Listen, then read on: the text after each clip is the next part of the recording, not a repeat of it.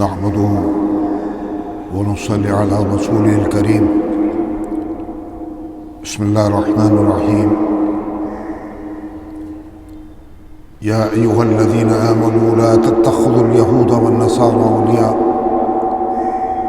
بعضهم أولياء بعض ومن يتولهم منكم فإنه منهم إن الله لا يهدي القوم الظالمين.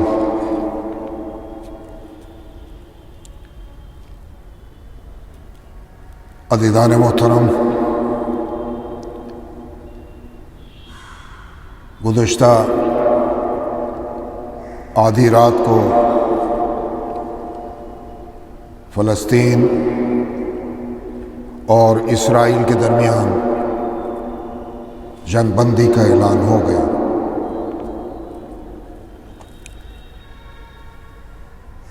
قطر اور مصر نے جو ثالثی کردار ادا کیا ہے وہ قابل تحسین ہے، اور جس پامردی اور مجاہدان عزم سے بے سر و سامانی کی حالت میں فلسطینی نوجوانوں نے اسرائیلی جارحیت کا مقابلہ کیا، اس پر میں فلسطینی نوجوانوں کو مبارکباد پیش کرتا ہوں. میں یہ بات پہلے بھی کہہ چکا ہوں کہ کوئی بھی جنگ ہتھیاروں سے نہیں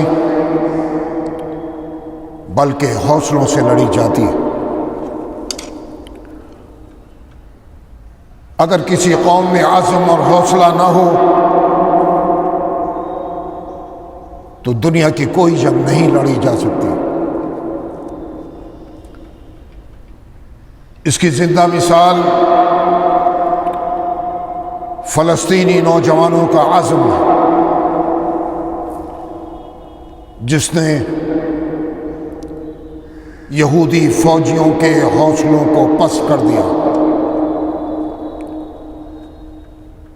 اور جس حماس کو مغربی دنیا اور امریکہ دہشت گرد کہتا تھا، آج اسی حماس کے ساتھ یہودیوں کو جنگ بندی کا فیصلہ کرنا پڑا. اس جنگ میں ایمان اور یقین کی فتح ہوئی ہے اور وسائل پر بھروسہ کرنے والوں کو شکست فاش ہوئی ہے. یہ جو کچھ فلسطین میں ہوا ہے یہ تمام جابروں ظالموں کے لیے سبق ہے.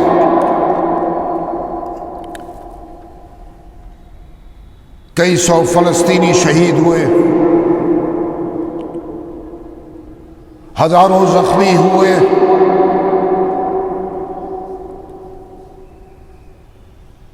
بستیاں کی بستیاں تباہ ہوئیں. اسرائیل نے بمباری کی حد کر دی، لیکن عزم تھا، حوصلہ تھا، ہمت تھی، جس نے اسرائیل کے حوصلوں کو پس کیا.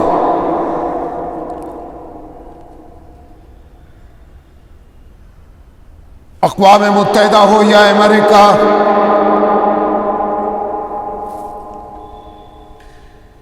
ان دونوں کا کردار ہمیشہ مشکوک رہا، منافقانہ رہا.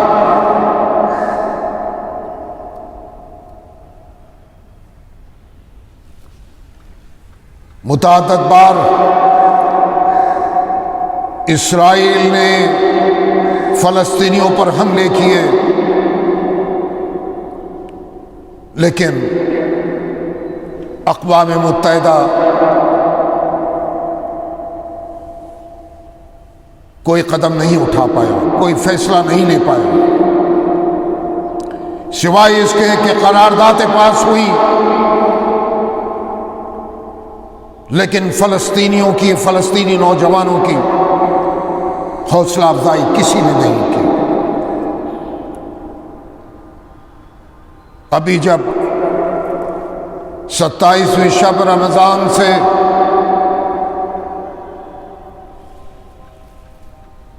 اسرائیلی دہشت گردی کا آغاز ہوا اور نہتے فلسطینیوں کو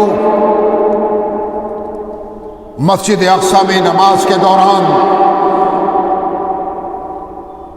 ہلاک کیا گیا، شہید کیا گیا، مارا گیا،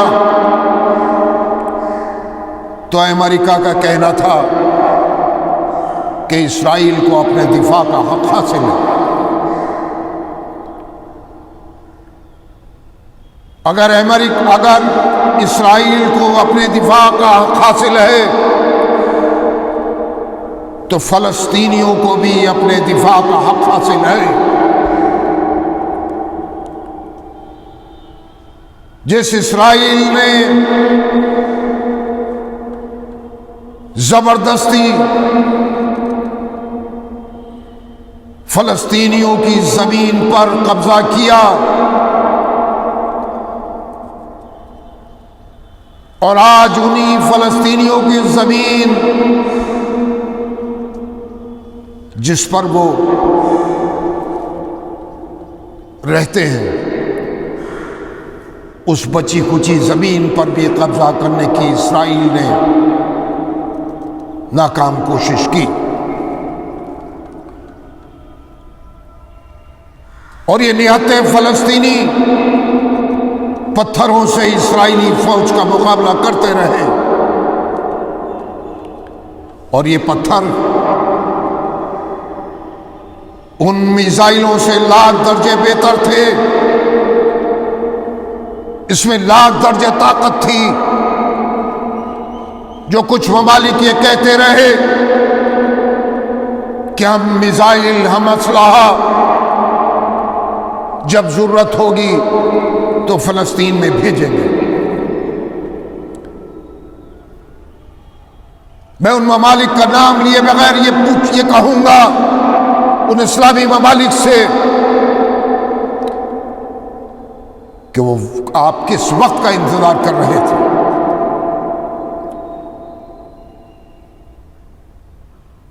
وہ وقت تو آ چکا تھا جس کا مقابلہ فلسطینی اپنے عزم کے ساتھ یہودیوں کا کر رہے تھے۔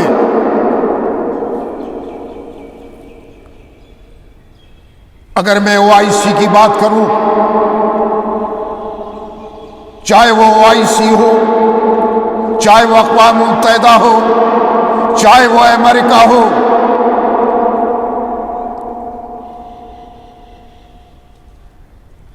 سب کی پالیسی یکساں۔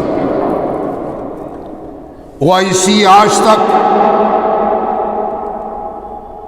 مظلوم فلسطینیوں کو انصاف نہیں دلا سکی، اقوام متحدہ آج تک فلسطینیوں کو انصاف نہیں دلا سکا۔ جیسا میں نے عرض کیا، امریکہ تو کل بھی یہ کہہ رہا تھا کہ اسرائیل کو اپنے دفاع کا حق حاصل ہے، لیکن امریکہ کو مجبور ہونا پڑا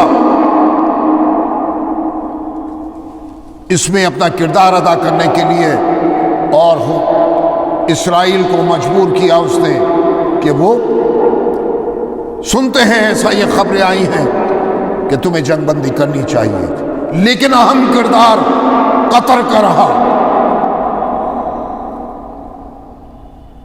بعض اسلامی ممالک تو وہ ہیں کہ جو کہتے تو رہے کہ ہم فلسطین کے ساتھ ہیں، لیکن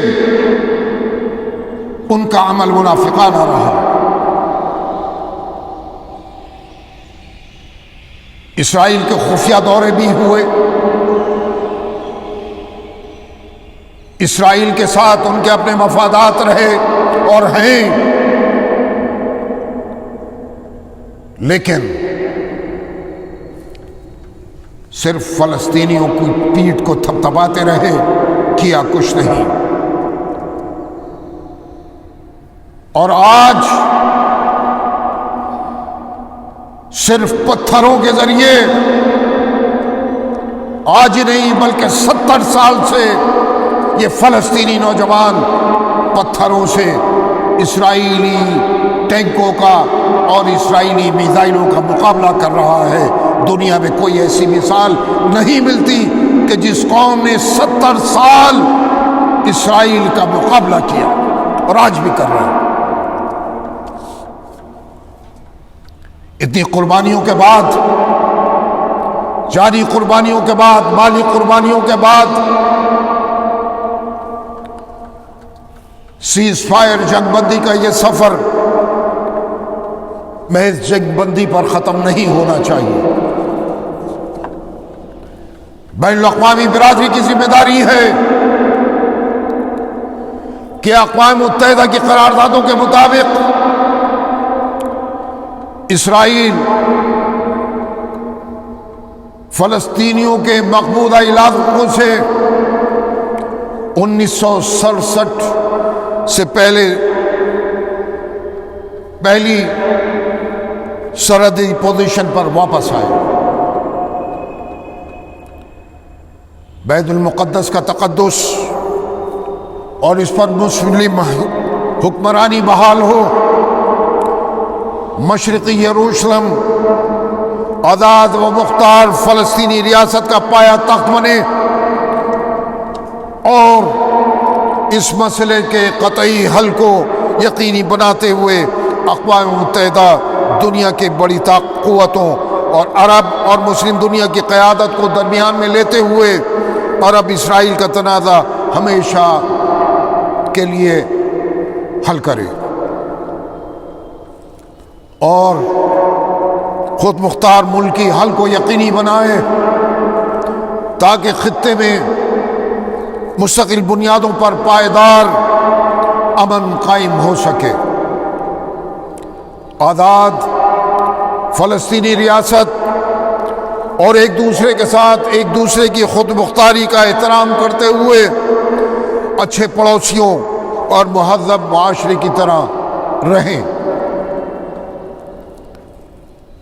ثالثی کے حوالے سے قطر اور مصر نے جو تاریخی کردار ادا کیا ہے، اس پر میں ان کی قیادت کو مبارکباد پیش کرتا ہوں۔ ہمیں 57 اسلامی ممالک ہیں، ان سب پر بھروسہ نہیں، کیونکہ ان کا کردار منافقانہ رہا ہے، لیکن جنہوں نے اس جنگ بندی میں اہم کردار ادا کیا ہے، ان کو مبارکباد پیش کرنا ہماری ذمہ داری ہے۔ میں دعا کرتا ہوں، اور ہم سب کو دعا کرنی چاہیے کہ اللہ رب العزت فلسطینی مسلمانوں کو کامیابی اور کامرانی عطا فرما، اور جو مقبوضہ علاقے ہیں ان کو آزاد فرما، اور ان فلسطینی شہیدوں کی شہادت کو قبول فرما جو گزشتہ 70 سال سے بیت المقدس کی آزادی کے لیے، مسجد اقصی کی آزادی کے لیے قربانی دیتے رہے۔ اللہ رب کریم یہ جنگ بندی، اس جنگ بندی کو پائیدار جنگ بندی بنائے، اور ان ممالک میں جن کا کردار منافقانہ رہا ہے ان کو عقل سلیم دے، کیونکہ اسلام میں منافقوں کے لیے کوئی جگہ نہیں ہے، اور وہ ممالک جنہوں نے اسرائیل کے ساتھ سفارتی تعلقات قائم کیے ہوئے ہیں،